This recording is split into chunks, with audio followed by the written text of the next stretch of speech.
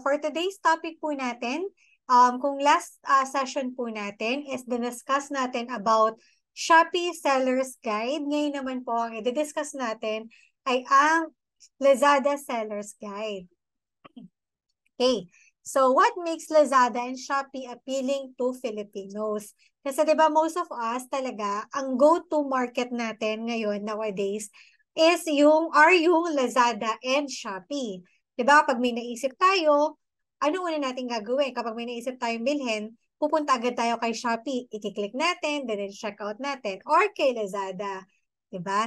Bakit? Bakit nga ba si Shopee at Lazada yung go-to market natin kadalasan? Dahil si Lazada at Shopee ay meron siyang cash on delivery as mode of their payment. So, the fact that Filipinos are getting acquainted with online shopping, cash on delivery or COD is indeed the best way to build their trust in this system.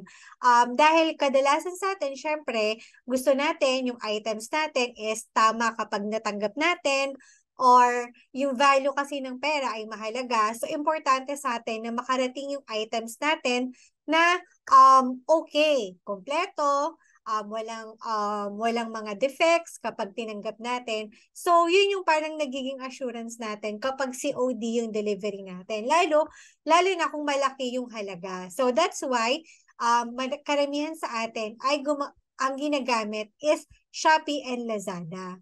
So, ano pa?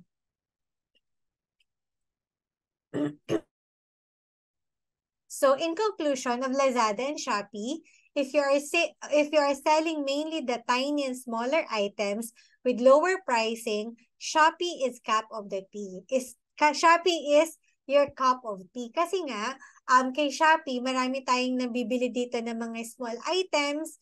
'Di ba? Minsan 10 pesos, nakakabili na tayo ng mga maliliit na mga bagay-bagay. So, kay Shopee, madami yan. So, kaya yung mga tao ngayon is more on online shopping na talaga. Yan. So, on the other hand, kung gusto mo naman ng mga bigger electronics and other stuff, meron naman yan si Lazada. Pero meron din naman si Shopee. Mas marami lang kay Lazada. Yan. So, Lazada is for bigger electronics and stuff and a place to build your brand. Customer loyalty rather than just pricing. So, ayun. So, dito kay Lazada, marami tayong nakikita dito kasing mga store, mostly sa mga gadgets, which is, maraming mga, kumbaga may last mall kasi si Lazada, nandito yung mga branded din na mga kilalang mga brand nowadays. Nandito na kay Last Mall. Ayan.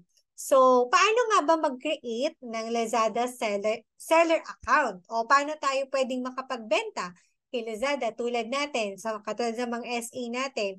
Paano nga ba mag-create ng Lazada seller account? So, similar lang naman ito kay Shopee. Meron lang mga pagkakaiba pagdating siguro sa interface ng paggamit ng system nila. Ayan. So, let's begin.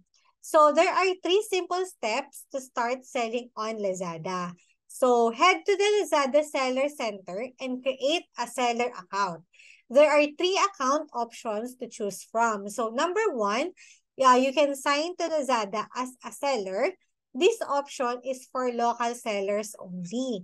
Ayan. So, tayo mga SA, yan, pwede tayo dito pumasok as dito sa option number 1, yung Lazada seller.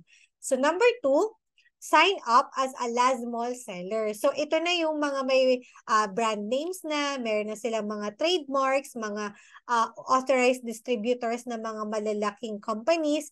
So, ito yung pwedeng yung maging option, yung last mall. So, number 3, sign up as last global seller. Becoming a last global seller is the best option for you if you are based abroad, notably in Japan, South Korea, China, and other Asian countries. Ayan. So, kung gusto mo ng worldwide, ship ka ng mga items mo, pwede itong last global seller. Okay? So, ang topic natin for today is kung dun tayo sa option number 1. as a Lazada seller or local seller. So, ano nga ba yung mga kailangan para mag-open ng Lazada Marketplace account? So, for individual sellers, any valid government-issued ID. And number 2 is yung GCash account or any bank account information wherein dito kasi papasok yung mga income mo na ma-generate bilang Lazada seller. Ayan. So, for corporate sellers, you have to upload the business permit and, of course, your corporate bank account. Yan. So, yan. Ano-ano nga ba ang pwedeng ibenta sa Lazada? So, same with Shopee. Pwede tayo makapagbenta dito ng fashion, ng consumer goods, ng electronics, and other general merchandise. So, lahat na nga talaga naman ng mga gamit is na kay Shopee and Lazada na. So, yan ang advantage kapag meron tayong mga store online. Kasi meron tayong pwedeng gamitin or pwedeng maging platform para sa mga consumers natin is makapag-check out sila ng mga items na pwede nila makukuha as free or discounted. Kasi 'di ba kay Shopee and Lazada is merong mga coins or may mga cashback na tinatawag, 'di ba? So nakaka-discount sila, nakaka-discount tayong mga consumers, mga buyers dun sa items na binibili natin. Malaki ang chances. Ayan. So, napapag-compare din natin minsan yung mga pricing sa mall versus dun sa mga online shops like Lazada and Shopee. Mas mababa di hamak doon sa online store compare dun sa mga nasa mall. Let's say for example, meron akong biniling item sa mall, with brand siya, no? Nabili ko siya doon sa mall as 650 pesos. While kay Shopee, hinanap ko yung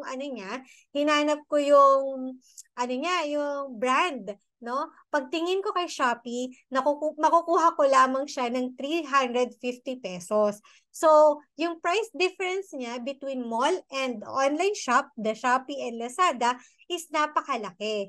So, yun yung mag-advantage kapag meron tayong account or seller's account kay Shopee and Lazada kasi dyan na kadalasan talaga ang mga tao. Ayan. So, tayo kay Avidson, pwede tayong papasok dito as fashion kasi meron tayong mga apparels na binibenta, meron tayong mga jacket uniforms, di ba? Consumer goods, meron rin tayong mga US products. Pwede rin natin ilagay kay Shopee and Lazada. Electronics, same din. Meron tayong mga gadget and cellphone accessories. Meron yan si Avidson. And other general merchandise. Ayan. So, let's proceed. So, paano nga ba magbenta sa Lazada? So, Step 1, you can create Lazada Seller Center account for free. You can go to https://sellercenter.lazada.com.ph. Ayan. So, meron ka ditong option na mag-confirm if you are starting a business, individual, or corporate. So, isa-select mo lang individual. Ayan. So, then after that, click Sell on Lazada. Itong button na ito. Yan. So, after that, local seller. So, from there, you can create your Lazada store now. So, you will enter your phone number kasi dito lahat papasok ng mga one-time PIN mo and verification para makapag-proceed ka ng iyong pag-create ng seller's account kay Lazada. Ayan. So, itong unang pinakita natin is desktop view po ito. So, ito namang isa, magda-download ka kung ang gamit mo, kung online seller ka or kung SA ka, ang ginagamit mo is the mobile phone. Your mobile phone mo, pwede rin. Magda-download ka lang ng Lazada Seller Center sa iyong mobile app. Then, yan, install mo lang. Then, yan, proceed ka na sa iyong registration. You will enter the mobile number. Yan. Then, mag-send si Lazada ng one-time PIN to confirm na sa'yo talaga yung mobile mo. Then, yan, mag-confirm ka. Then, that's it. Makakapag-create ka na ng Lazada Center mo. Ayan. So, ito na yung sa pinapakita natin sa screen. Ito na yung interface kung saan pwede ka nang mag-upload or mag-list ng mga items mo. Yan, di ba? So, almost, kung makikita natin, almost same lang naman siya kay Shopee. Yan, yung kulay lang, interface lang niya talaga yung different. Ayan. So, then, mag-add ka ng email mo. Ayan, makikita mo yung ordering mo no, sa interface to process. Ito yung mga items na mga na-check out na ng mga buyers mo, then shipping. Yan, nandiyan lahat yan. So, number 1, mag-add ka ng email mo. Then, of course, yung pick-up address kung saan magpipick up yung courier ng item mo. Then, number 3 is to upload your product or mag-listing ka na ng mga products mo. Ayan. So, same with Shopee, ilalagay mo yung product image.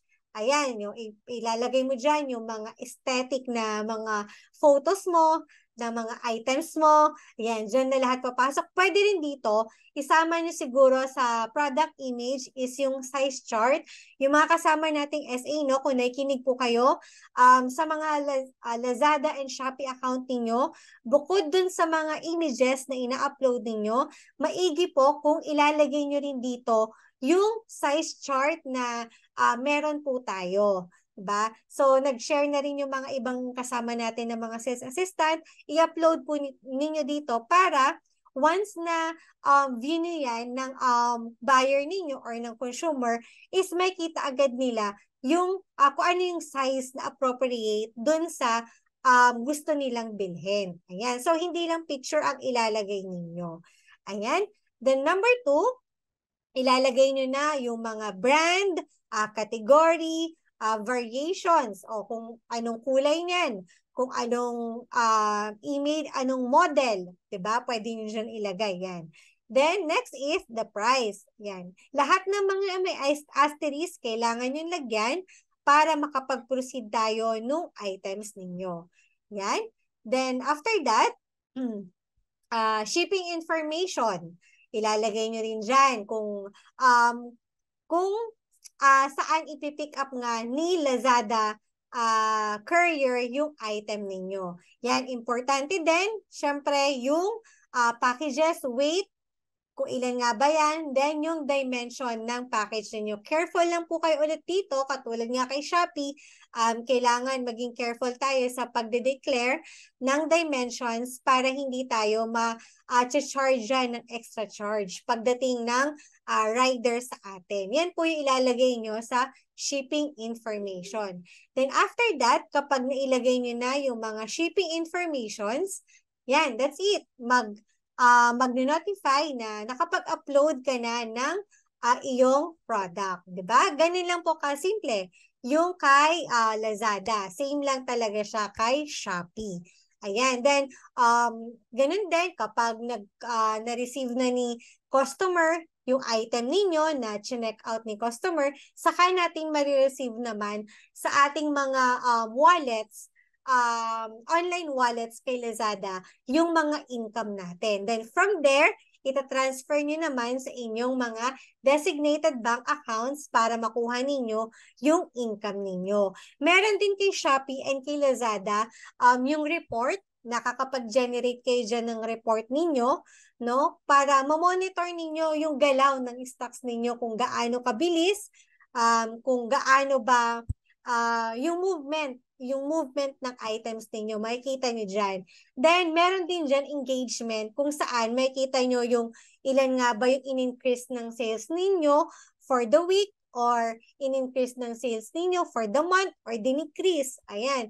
So, makikita nyo yung galaw ninyo. Yun yung kagandahan sa platform ni Lazada and Shopee kasi nagkakaroon talaga tayo ng idea with regard sa mga stocks natin, yung paggalaw ng mga stocks natin, bukod doon sa sarili natin na inventory.